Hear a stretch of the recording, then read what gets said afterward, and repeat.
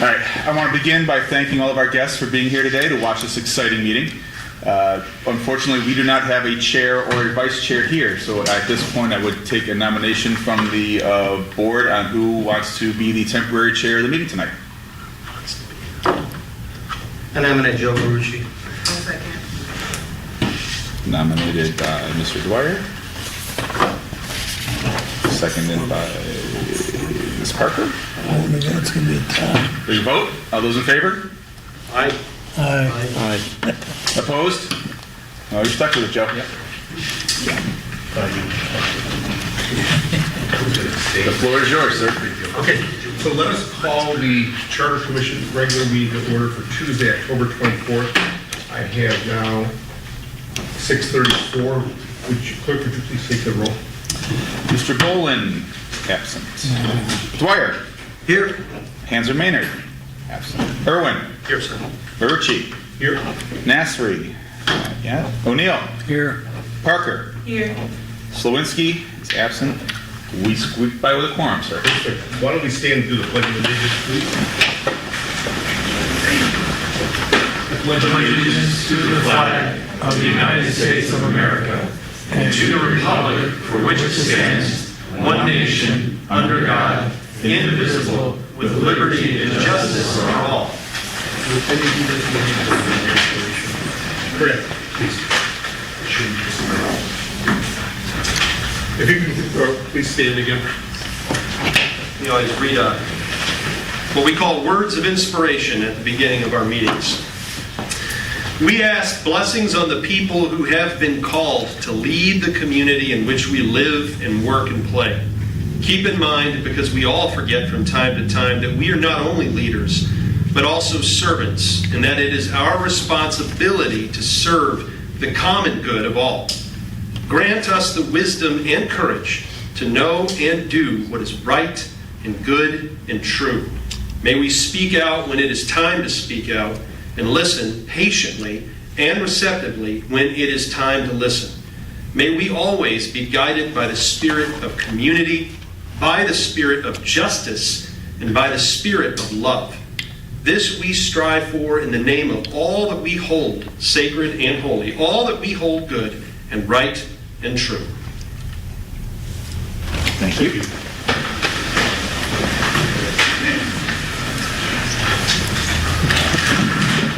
The next item on the agenda is public comment for items on the agenda. For those of you who don't, we have agendas back on the table next to the closets if you'd like to get a copy. So now is your turn if you wish to come up. We ask you to speak loudly, probably stand. Oh, if you want. Yeah, why not? If you'd like to ask a question of us or make a comment or something, please come up here and do so. You're on camera and we want to pick up whatever question you're asking here with the microphone. So please, now is your opportunity to ask any questions regarding items. Yes. Mr. Chair, is this the forum or is this just public comment? Public comment. Just so that they understand. Meeting. Yeah. Thank you. The forum will not start till 7 regardless, because that's when it's been advertised. Okay. Any comments on any of the items on the agenda?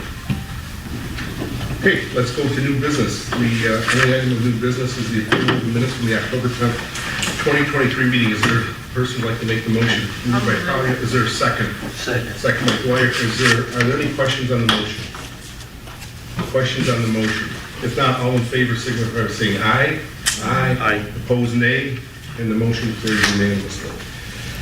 Next item on the agenda is our commissioner comments. Anyone who'd like to make a comment from the commission? Now, please do so. Any comments? Okay.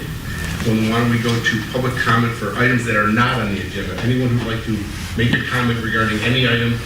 I guess you could do anywhere from world peace to nuclear proliferation, but we're here as a charter commission. We can answer those kind of questions, but we also have a 7 o'clock forum, so feel free to speak now. Feel free to speak now and then. Is there anyone who'd like to make public comment? Okay, if not, yes. I'm sorry to hear you. Absolutely, just say it loud enough so everyone can hear you. You guys feel comfortable? It's completely okay. There's no bad questions to ask. You guys might just now have an idea of what a charter is and what you're looking at. You guys might actually have general comments about that in the forum. But if you're just curious about what we passed, or if there's anything that we did earlier, any other prior meeting that you might have had questions about that we did pass, you are open to ask about that process too.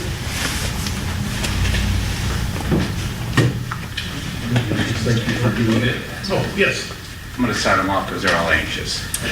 They've got a bunch of questions. Why don't you move here, that way your Oh, face is over there. your face is on camera. Misunderstood. That's my good side, oh, my bald head. So just introduce yourself. I'm Eddie Hake. I'm a teacher here at Clawson High School. These are my wonderful civic students.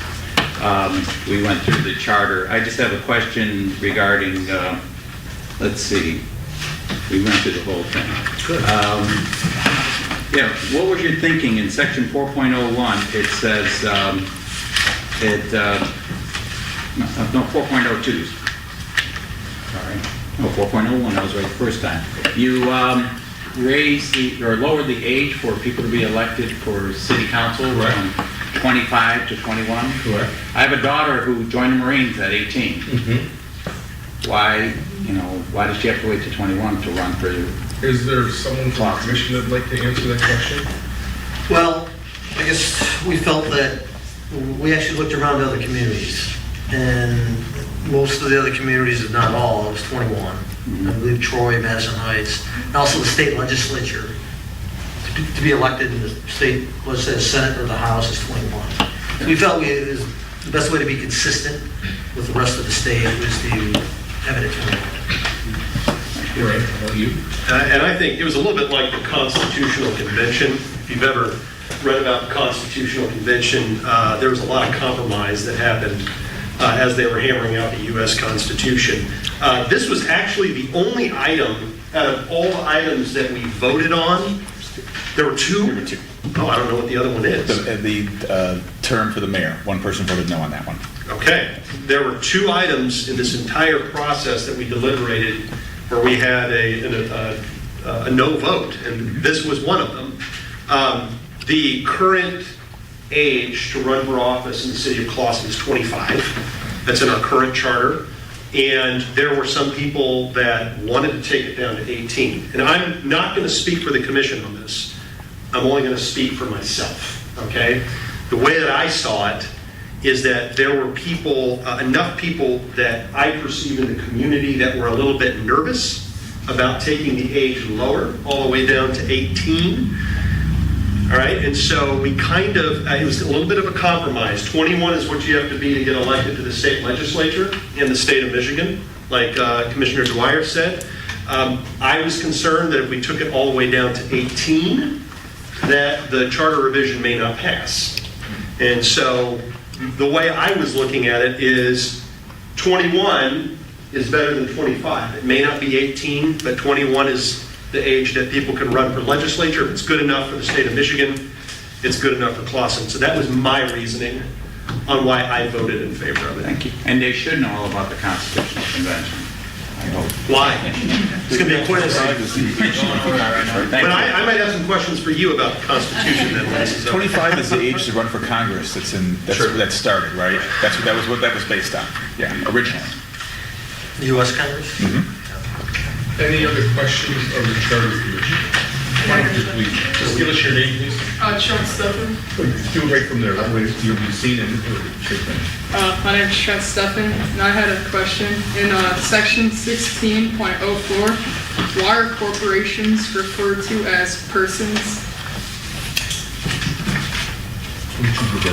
Want me to handle that one?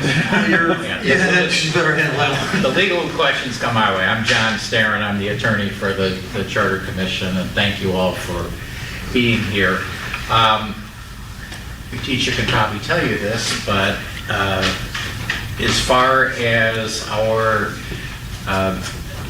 statutes and ordinances and courts are concerned, a corporation is a legal person. And so that's really the simple answer to that. It's just to simplify the answer. But a corporation, other than not being made out of flesh and blood, is a legal person for all other purposes under the law. Okay, thank you.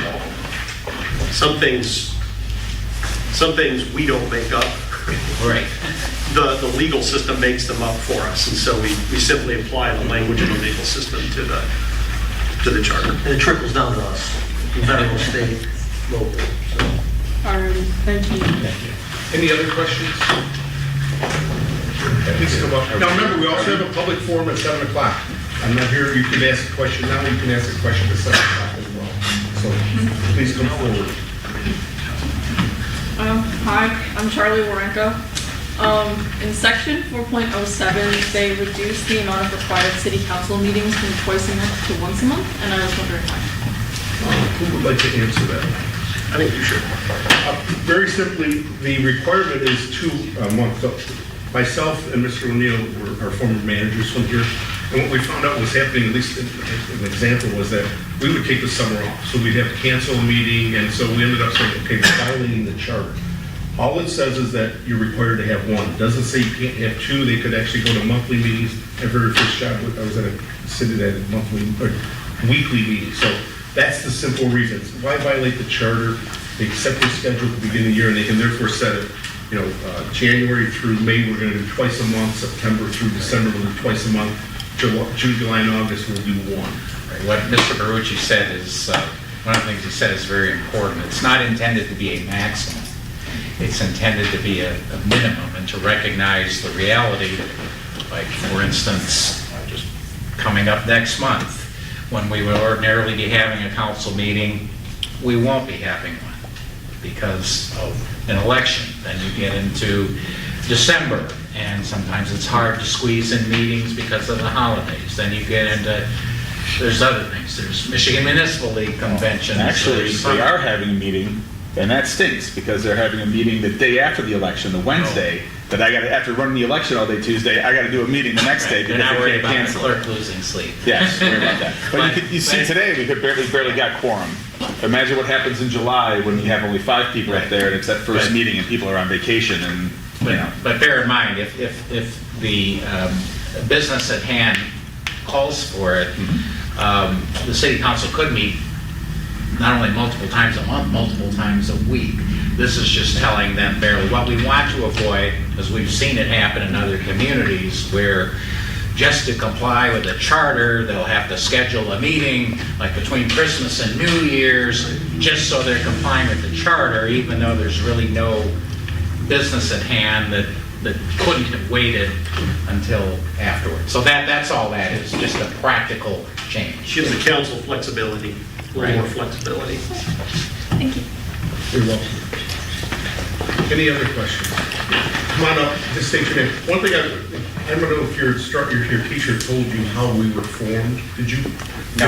Okay, so back in November of 2021, 9 of us ran for the Charter Commission. The Charter Commission is composed of 9 people. If 13 would have run, it would have been the top 9. This way, 9 people ran, 9 people got elected. There's 10.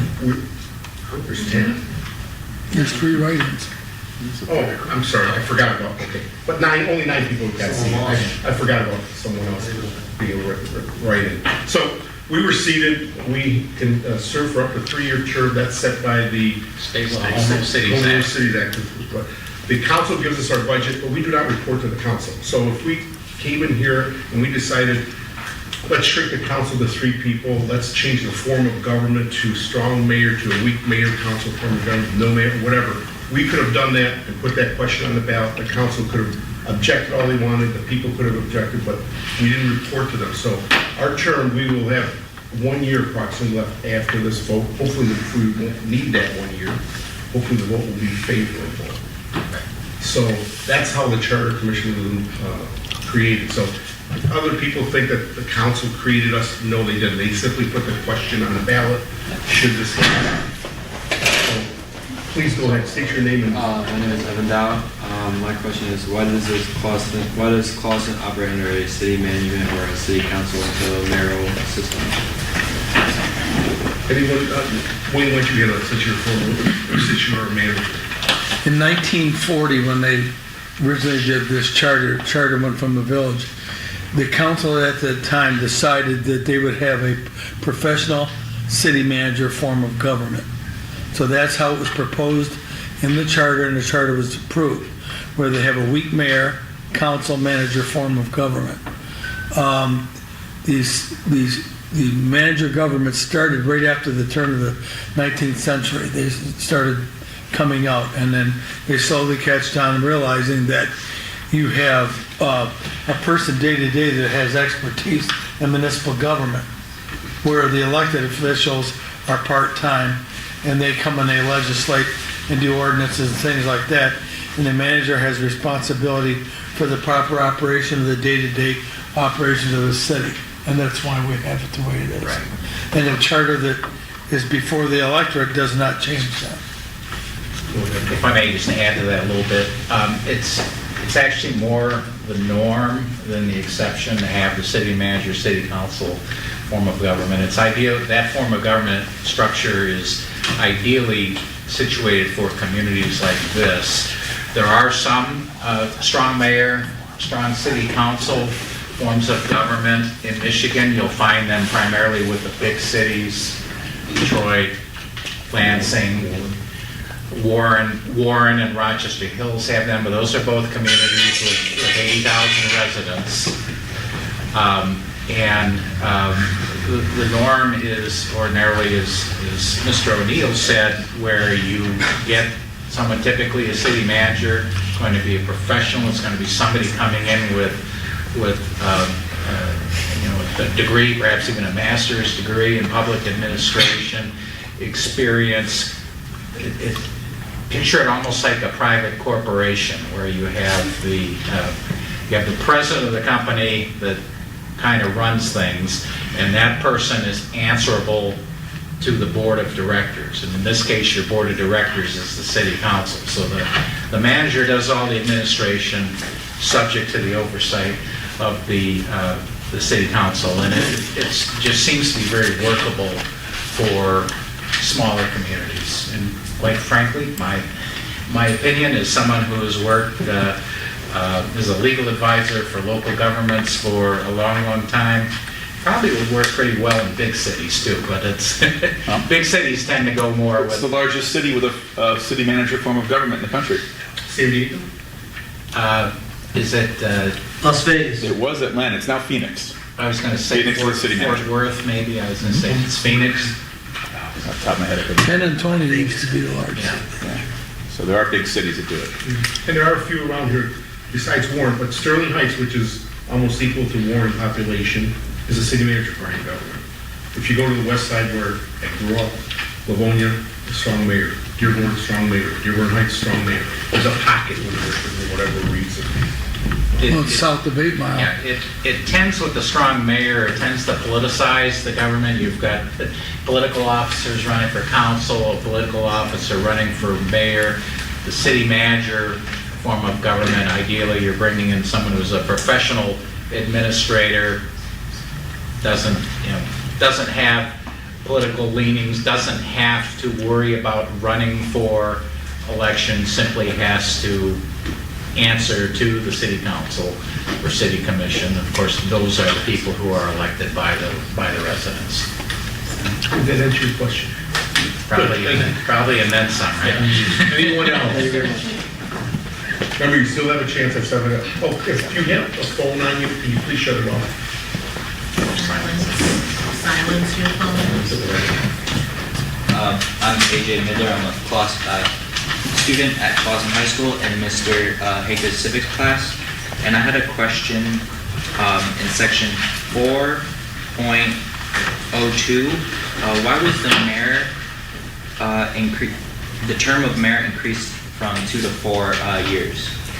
We strictly saw it as it made no sense to keep the mayor 2 years and have the possibility of changing all the time when the rest of the council is 4 years on a rotating basis.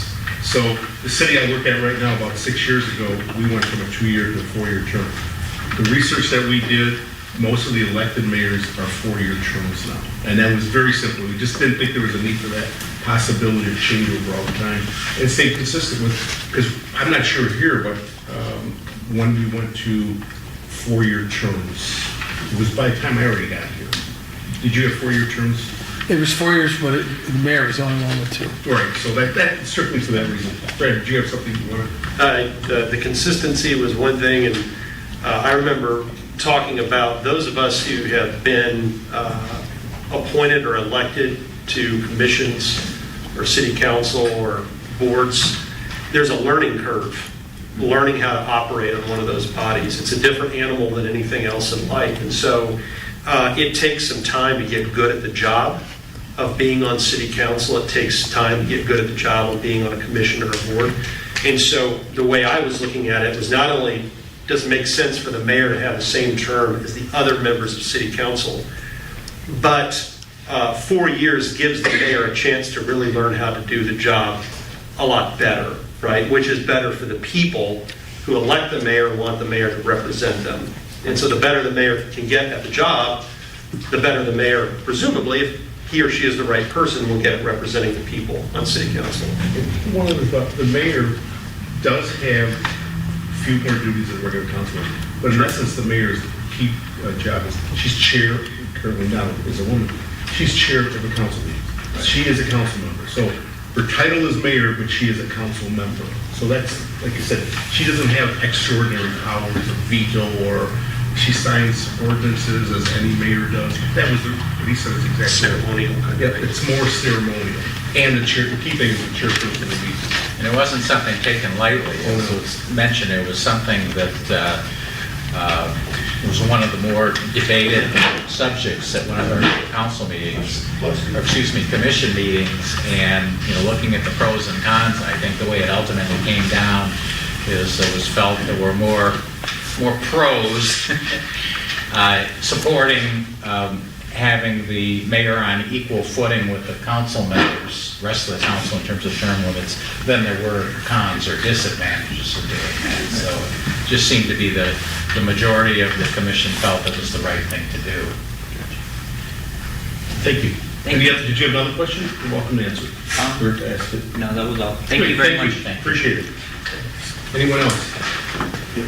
We got 5 minutes till 7. Yeah, we'll do like one more, then we'll take a break, we'll adjourn, people can go to the bathroom, we'll come back for 7 o'clock. Hello, I'm Shane Dunlap, and I was wondering in section 4.01, the city council was enlarged from 4 to 6 members, plus the mayor. Why was this done?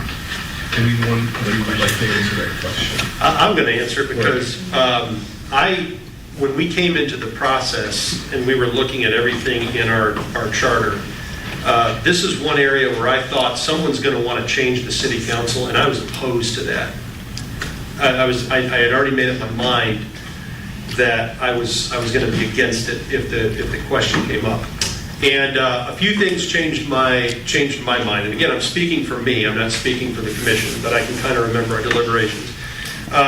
I have a good friend who works in city government, and he asked me one day what I was thinking about this. He works with a lot of city governments as a consultant, and many of them are going from 5 to 7 members. And one of the main reasons for that is the smaller your city council, right, the more power is concentrated in fewer people. And so if you have a vacancy on your city council, right, and we've had several vacancies on our city council the last couple of years. And so you have a situation where maybe only 3 people are voting on the people's business, or you have 4 people and then you can have a 2-2 tie, right? And one person on a small council has a lot more power than one person on a 7-person council. So that made sense to me. Going to 7 members spreads the power out among more people. If you have a vacancy, it doesn't, you still have more representation from the public. It doesn't gum things up as much. And 7, if we are a representative system of government, we can't elect 100 people to city council, right? That'd be unwieldy.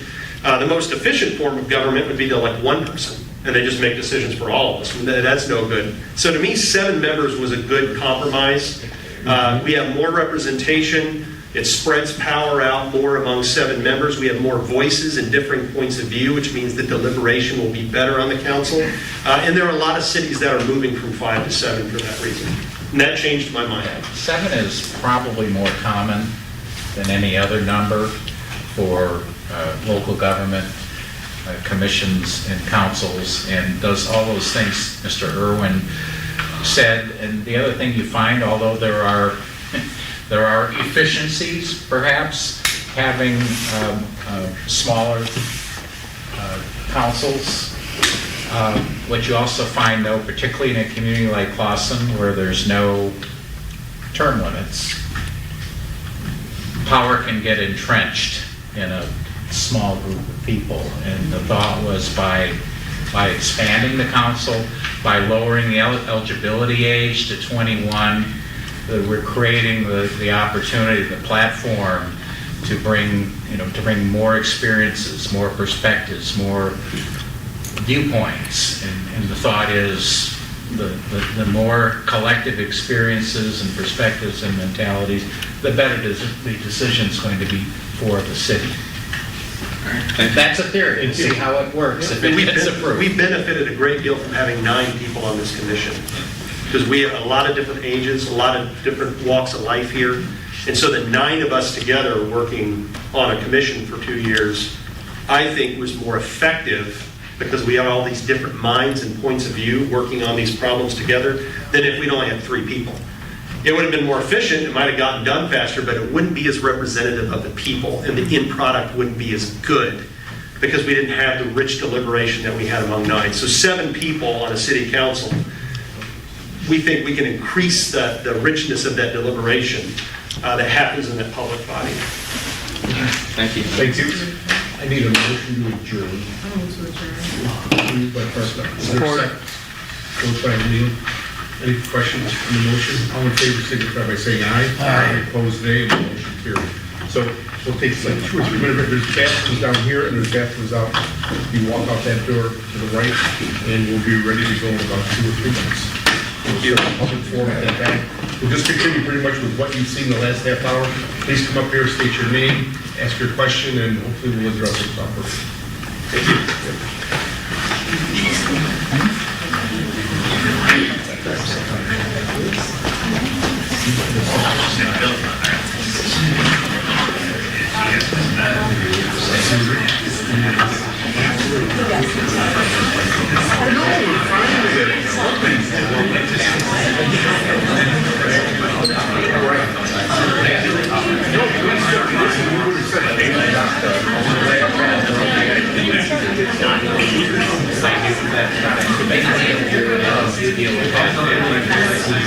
Somebody's got to break the ice.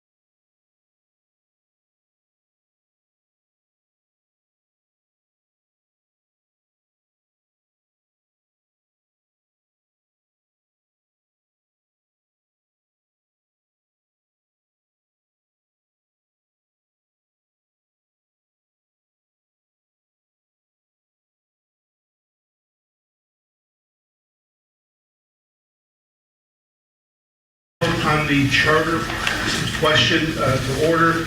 Again, same format as before. Please come up here. Hopefully we'll make you feel as welcome as possible. Just state your name, state your question loudly, that way, because this is being recorded and it's played back, that way people can hear your questions, and hopefully you'll ask a question that they have at home and didn't either have the opportunity or didn't want to come up. So just come on up, raise, just one at a time, whoever, just come on up, state your name and state the question, and we'll address it to one of us.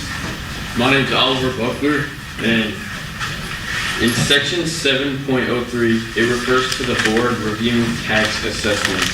What board are they referring to? Let us leave through to the answer question. Oh, yes. It's the Board of Review. Board review. Yeah.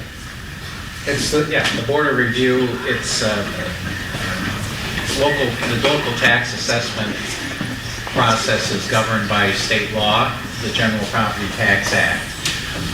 And it calls for there to be something called the Local Board of Review, which meets every March, meets a couple of other times, but for most purposes meets in March, and that's the board that will consider and rule on assessment protests. If a taxpayer thinks their property tax assessment is too high, or that they should be exempt from taxation for whatever reason, they can go to this board, the board hears their case, and then makes a ruling. The board currently exists, and the board consists of 3 residents appointed by the mayor and council.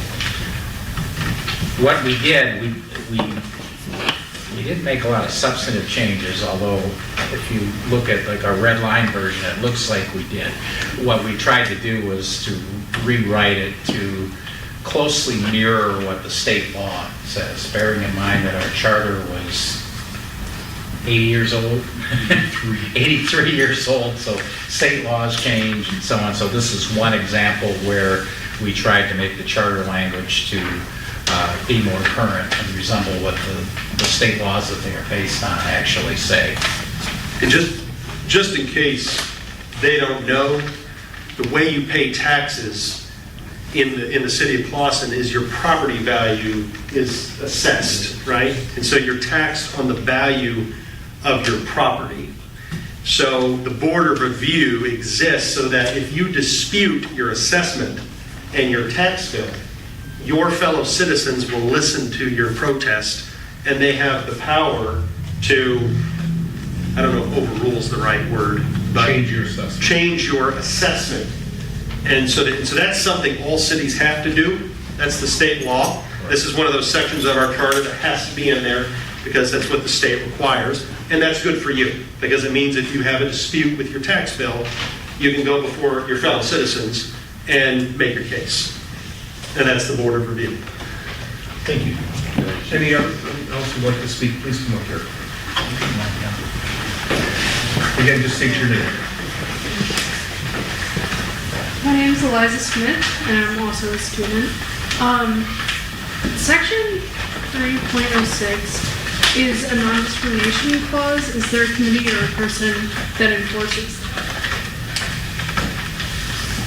Question? That's a good question. Could you say the last part of the question again, please? Is there a committee or person that enforces that provision? Yeah, that's a really good question. There is. It'd be the city attorney. Yeah. Right, my guess it also could be probably enforced civilly via lawsuit. And the city attorney would have to get involved with plaintiffs and all that.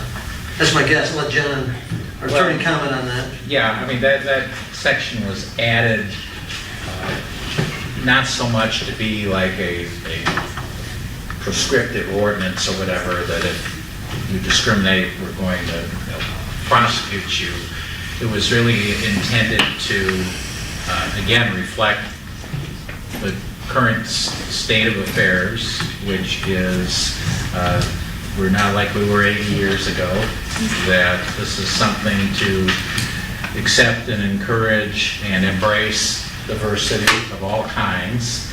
Also, as I said, it was intended to be directory, that this is something that will govern everything, not just residents, but primarily the operations of government will have to be done in such a way, the way we deal with our employees, the way we award contracts, all those sorts of things needs to be done in a non-discriminatory way. And we in developing this language and proposing it for the voters to consider, we modeled it very closely to the Michigan Elliott Larson's statute as has been recently amended. So we wanted Berkeley to keep up with the times. So that's the primary reason why it's the Boston. He works in Berkeley too. I work too many places. Sandra?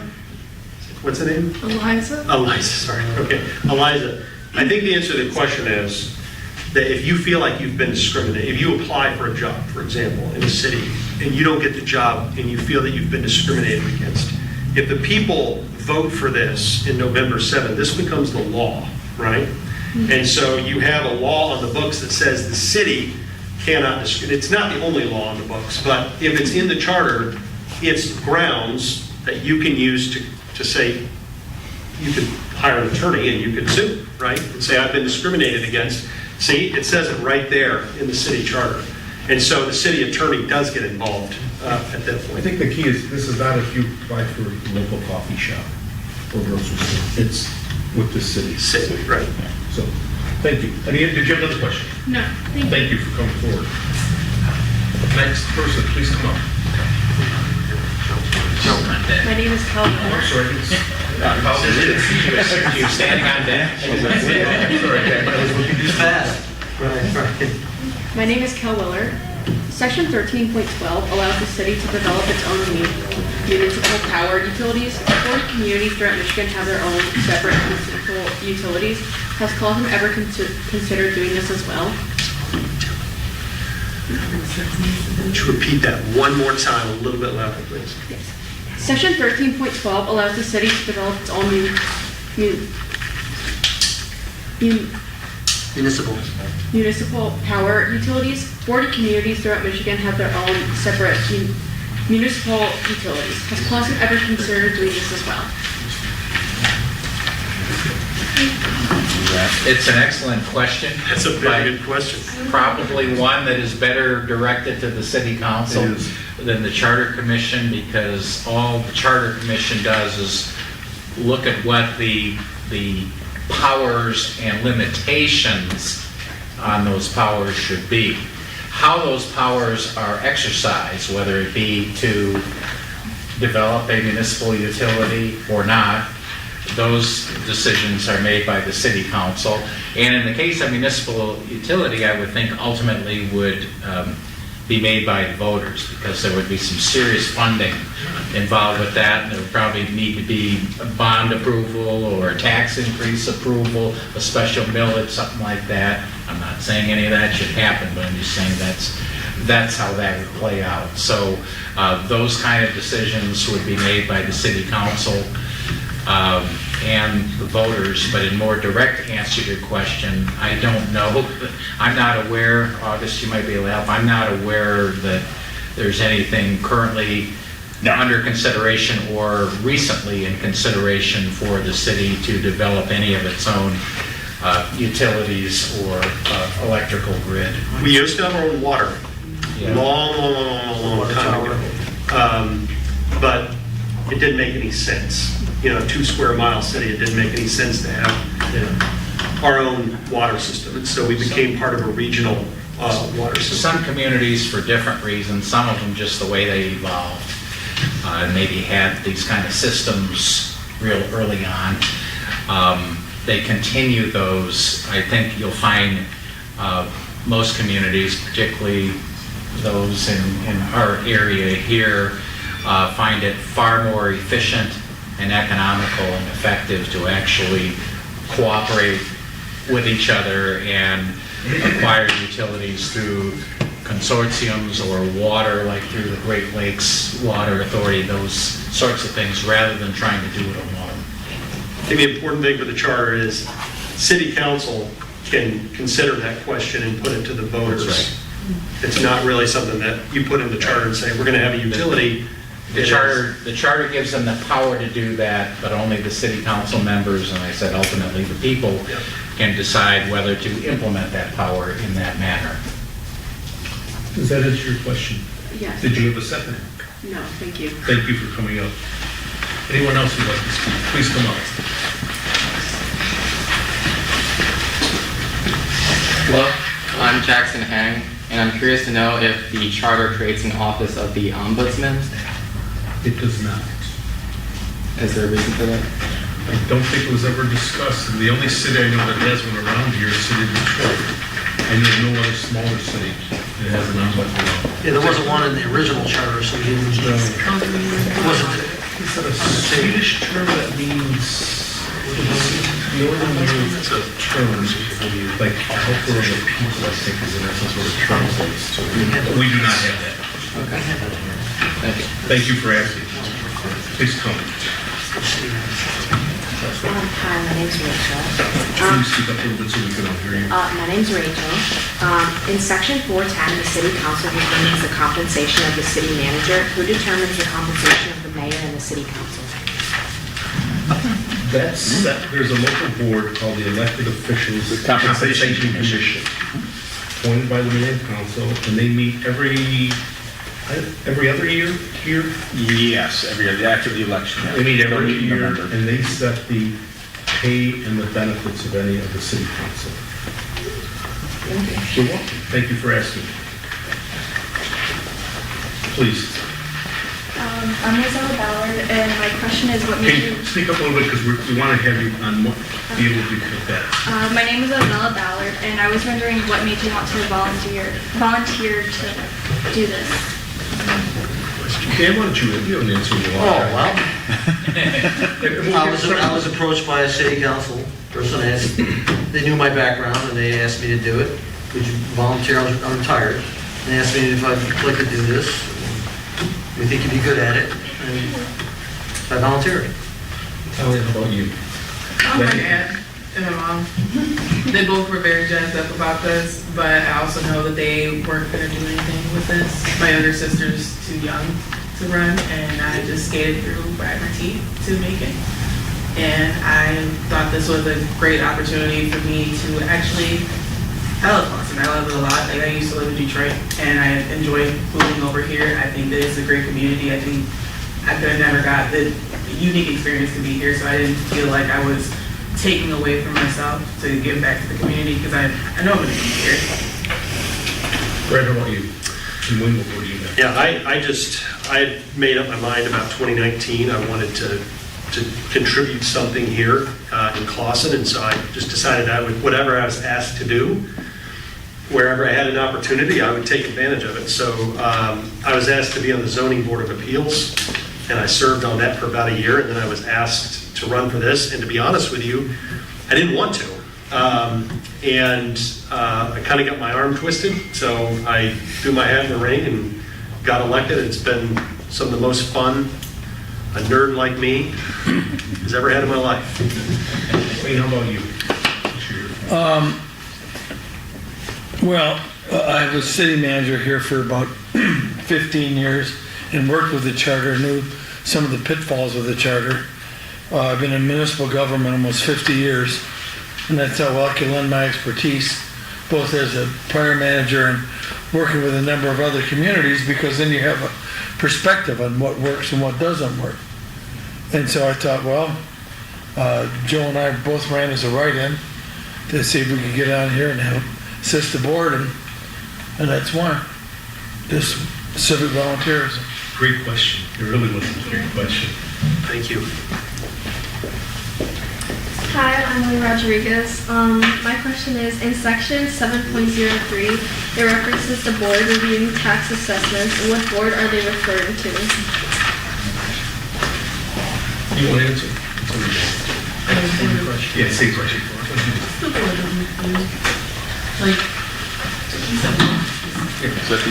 the board of review is three residents appointed by the mayor.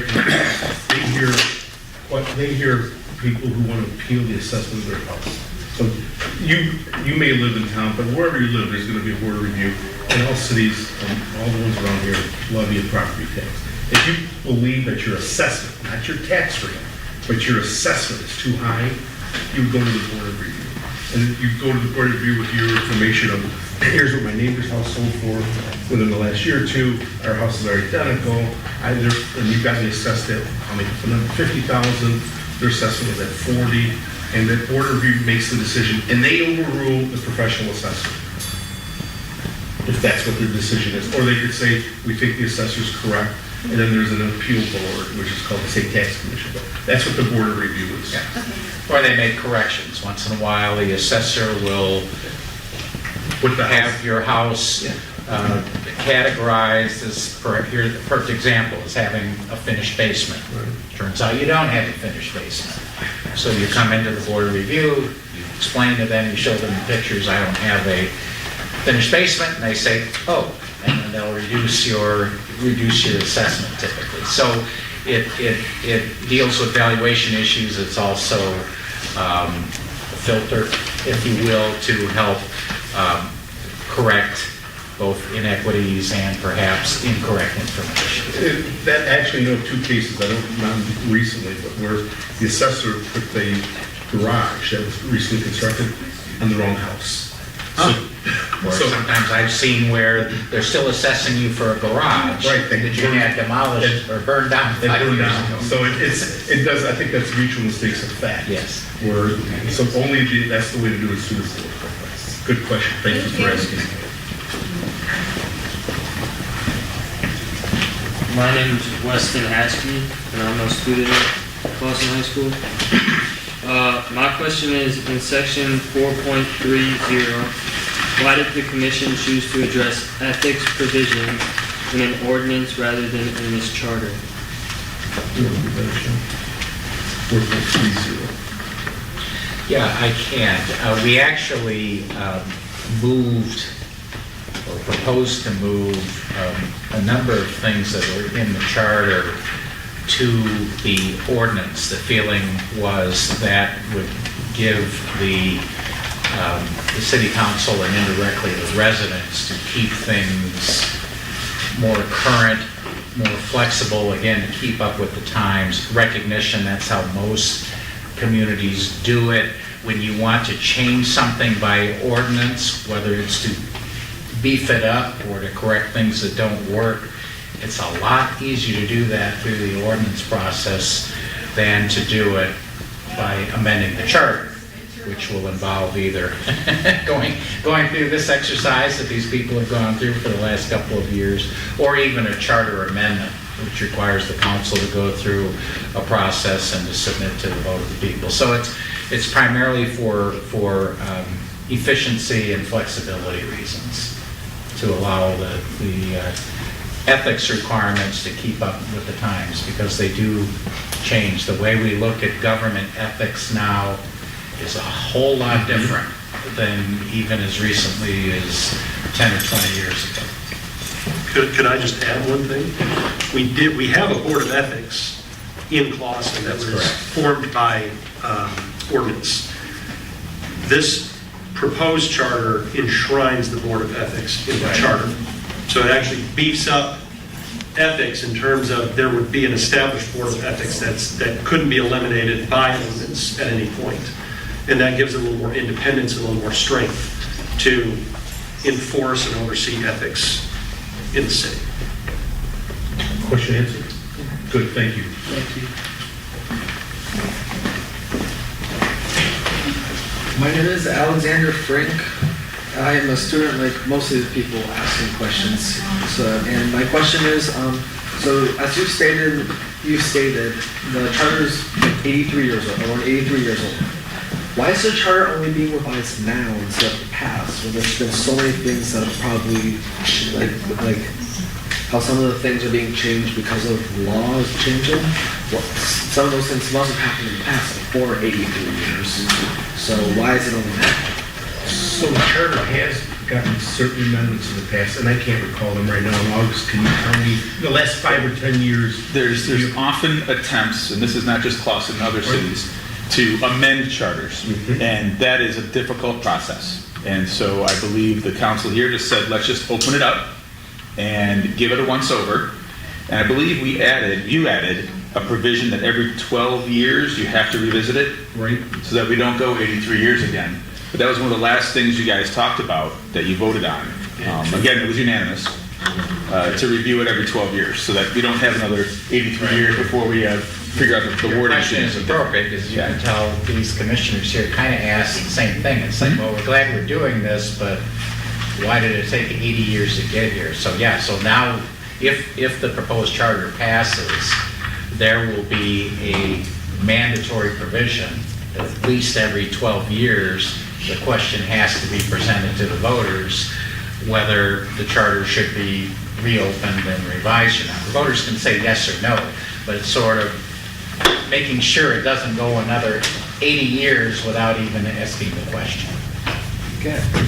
What percentage of the changes, John, do you think were actually just changes that legally had to be made that weren't voted on as an individual thing? I mean, there's a lot of it. I would just take a cleaning up language. you know? wild guess, but I would say at least 10% going. Maybe probably more than that, where we found provisions in the charter that were actually contrary to state law in court decisions. And then we found a lot of other things that just awkward language, even conflicting language in some cases, where it says this in one place and then it says something else in others. So so we found, even without making substantive changes, and we did make a few of those, but we made many changes just to modernize the charter, to make it consistent with the current state of the law, and as best we can to clean up the language. We know we didn't get it all, but we tried to do that. We had a number of discussions here where we'd all read a section together, and then what does everybody think? And we'd find there could be 2 or 3 different interpretations of that. That was a major red flag. It's like, okay, we know we have to fix this section to say whatever it is that we intend, so that there shouldn't be those interpretation type of issues or ambiguities. One thing I'd like to point out, because I did some research after the November 21 election, probably ran across 10 cities that were doing charter amendments. Could have been one question. One of the gross points, I think, had 5 or 6 questions on. Some could have got approved, some could not get approved. So it's not unusual. So the day after, probably either the day after or 2 days after the upcoming election, go to the detailed results in the newspaper, and you'll find this person was elected mayor, this person was elected the council, and you'll also, if you scroll down, you see, oh, they also had a question on the charter. And it could have been anything from reducing the age to who knows whatever else. So it's a good point. It's 83 years. It's a long time. Thank you. Just remember that you have power, right? It went 83 years because the people didn't vote for it. It never came up.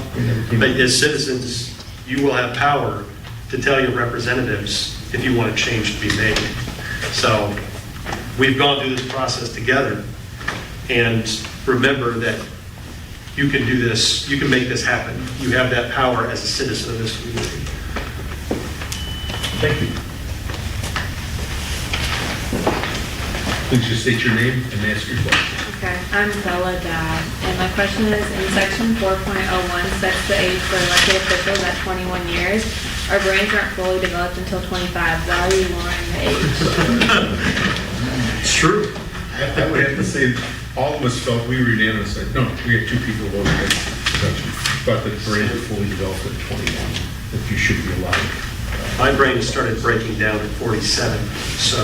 It's a question of when it's fully developed. It's breaking down. It's funny you say that, because when I was 16, I thought I knew everything. Then I realized when I was 18, I didn't know anything at 16, but I knew everything then. And then when I hit 30, I realized I don't know very much. So it's all a matter of perspective. I think we also found out our parents weren't as stupid as we thought. That's right. You learn. You know what? I'm starting to understand now why they did what they did. You also gotta give yourself space to, 21 is fair. The only reason why I say 21 is fair is because, like, think about it, there are people who might be getting out of college early. There might be people who are getting out of college just regular on time. I was holding down big girl job at a nice automotive company with a real position at 19. So thinking about going to 21, there are people who are world travelers at 21, you're still evolving. And that's the whole point of like that diversity aspect that you're looking for.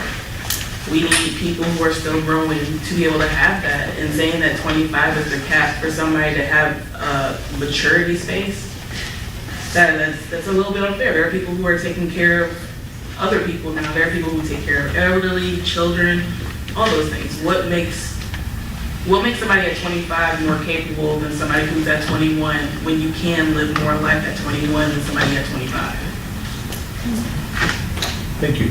Thank you. So I'm curious, what is your point of view? Should it be 25 or 21? I think 21. Good. And as I think it was mentioned earlier, I mean, Yeah. the key turning point with that was you only have to be 21 to run for Michigan State House of Representatives or Michigan Senate. And the thought was, you can hold a state office, you ought to be able to hold the city of Clawson office. And you're one of, if this passes, you're one of 7. So we're not electing a dictator. You're electing one person who's going to work with 6 other people. And so all those different perspectives and points of view are going to balance out, and you're going to have the benefit of group wisdom. So a 21-year-old can be really valuable to a 7-person council where you have a lot of folks that are older, right, to have that younger perspective. Go ahead, please. My name is Blake Reynolds, and my question is, under section 16.06, it says that all city records shall be subject to the Freedom of Information Act. Does this include emails and texts regarding city business sent on officials' private emails and devices? Yes, it does. Yes. And that's why city officials need to be very careful what they are communicating over their private devices, because to the extent that the way the courts look at it is they're not looking at which computer did you use. Did you use the city computer or your own? But rather, court decisions tell us that no, you have to look at the content of the communication. And if you are doing city business on your personal iPhone or whatever, that's all subject to disclosure under Freedom of Information. Thank you. Thank you. Hi, my name is Hannah Morgan. My question is, in section 4.01, the city council was enlarged from 4 to 6 members, and in your guys' opinion, does this make it easier or harder to make decisions, and what have people's opinions been about this? So what's the second part? What have people's opinions been about this? I think the answer depends. I mean, we can't predict the future. Right. So it depends on who's elected to council. I mentioned a while ago, the smaller the council, the more power each individual has. And so if you have a vacancy or two on a 5-person council, that can lock things up pretty bad. A 7-person council, theoretically, that shouldn't happen as much. I think this has been, out of all the questions that I've answered in the public over the last month, this is the question I've heard the most from citizens on the street. And I haven't heard, no one has said to me, I hate that, or that's bad. I've had a lot of people ask why. And the only real objection that I've heard is, well, it's hard to find good people to run. And I agree, it is hard to find good people to run. But then I counter that with, well, if it's hard to find good people to run, let's just go to a city council of 1, right? I have faith in the people of this community, particularly over the last couple of years. I've seen more people running for office and more people getting engaged in civics here in Clawson. I have faith in the people of this community that people will step up and they will fill those seats and they'll do a good job. Thank you. Go ahead. I was just going to say, when you have more people on a council like that, or anybody like this one, it encourages more deliberation, more discussion, and ultimately more democracy. More people involved, more discussion. It's a good thing. Yes, please. Hello, my name is Jordan Lee, and my question is if we have to have the 21 to run, why don't we have like a top age, like a cutoff age? That once you get to a certain age, you're not allowed to run anymore. 47? Only a mandatory age, and then, Yeah. it's a good question. That's a very good, because they have it for state judges, they have it for, But not for federal.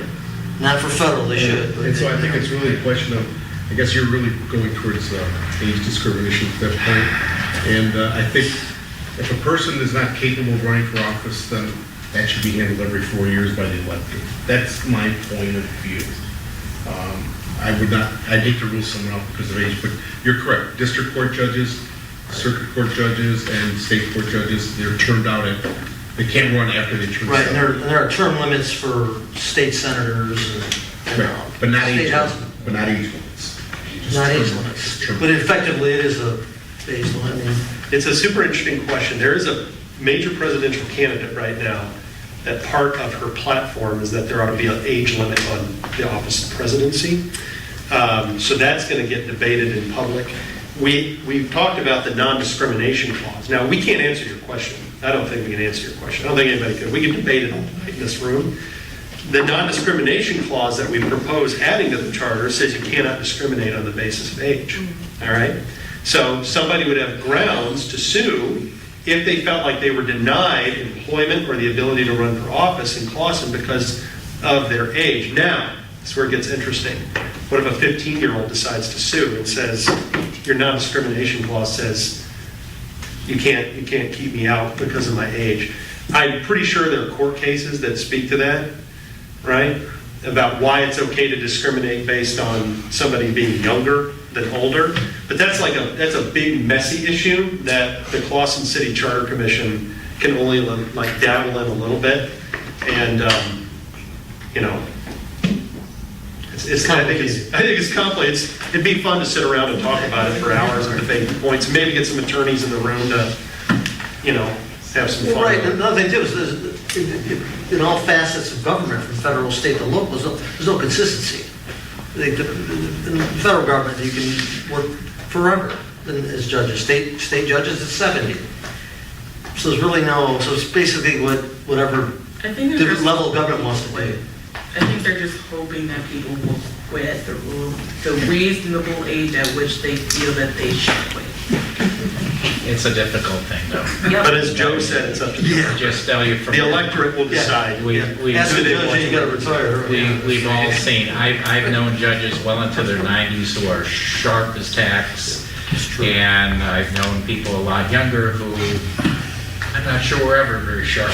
So, no, it'll vary, and that's ultimately a societal question. It's not really something for the local charter commission to tackle, and I think the way our society has been doing it, as far as if you don't like a candidate for whatever reason, don't vote for that candidate.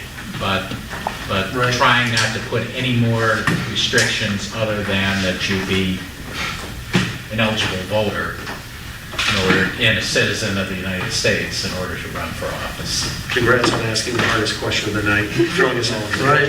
It's a tough one. That is Well done, you win. Any other questions? Wasn't it Judge Fikens? That's what I was thinking. Even sharp as a tack. Yeah, he might even been a little older, he was at least. It was a tough Would you take your name again, please? My name is Eliza Smith, and it was mentioned that the charter would get reviewed every 12 years. My question is, what if it doesn't pass after it is reviewed? What would occur then? Well, all that happens is the charter, the question's on the ballot, and if the people say yes, there'd be a charter commission appointed. That commission could say, we're fine with what it is. All it says, the question has to be on the ballot. Doesn't say that any changes have to be made. So the 9 people who've been sitting here 12 years from about 3 weeks from now. It's 2035. If the people say yes, the actual people could say no, we have no need for it, we're happy with what we have. And in which case, the then current charter would just continue. For another 12 years. Thank you. Right, and again, and if they are, someone says, let's review it, doesn't mean any change is gonna be brought forward to the electorate. They may say, everything is going fine. City council can always put it on the ballot anytime they want, which is how this happened. So, you know, it's always an option. But the people always decide. Hi, my name is Elizabeth, and my question is, why do you guys think not more 21-year-olds run for, like, stuff in politics? Why do you think there isn't more young people and it's mostly older people?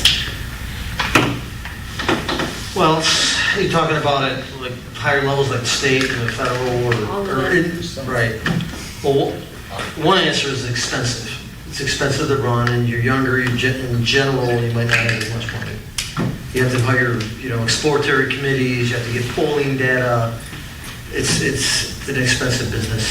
And, you know, and maybe it's possible for people at younger ages, maybe they're getting their lives started and aren't really interested in politics, but maybe they get a few years of work under their belt or for whatever reasons. More fun things to do. More fun things to do. Not that this isn't fun. No, but it's primarily just, you know, If you could answer your different time. Yeah, We actually can't. that's a good question. A different time. We're not a in life. polling organization, so I'm Yeah. afraid we can't answer the question. But it's a good question, though. I mean, you can be 21, but you have to be qualified, right? You're going to run against someone that's 36 who might have 8 years' experience as an elected official in another position. The voters might go for the person with more experience. Mostly it's atmosphere. Mostly in those atmospheres, they require experience. Yes, the opportunity is open to you, but it's like in any atmosphere that's specialized in anything that you do. Yes, you might be interested. Yes, you might have a good foot in the door, but you have to get comfortable in the space, and that requires you to do a lot more footwork, and that usually takes a lot more years. This is the best place to get started. Clearly. Because it's a good bet no one's going to be running against The you. least expensive campaign to run is here. You normally need just, I can't remember August left, maybe 1,500, 1,700 votes to get elected. That's my guess.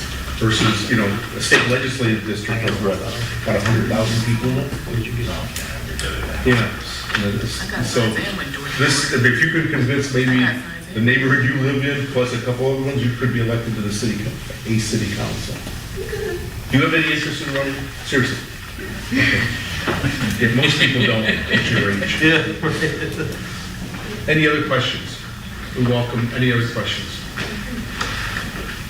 Mr. Hake, do you want to say anything before we? No, thank you. You guys have been wonderful, very accommodating, and I'm so proud of these students. Yeah, we absolutely are. Why don't we give Some them? good questions. Well, I really, you've done a wonderful job.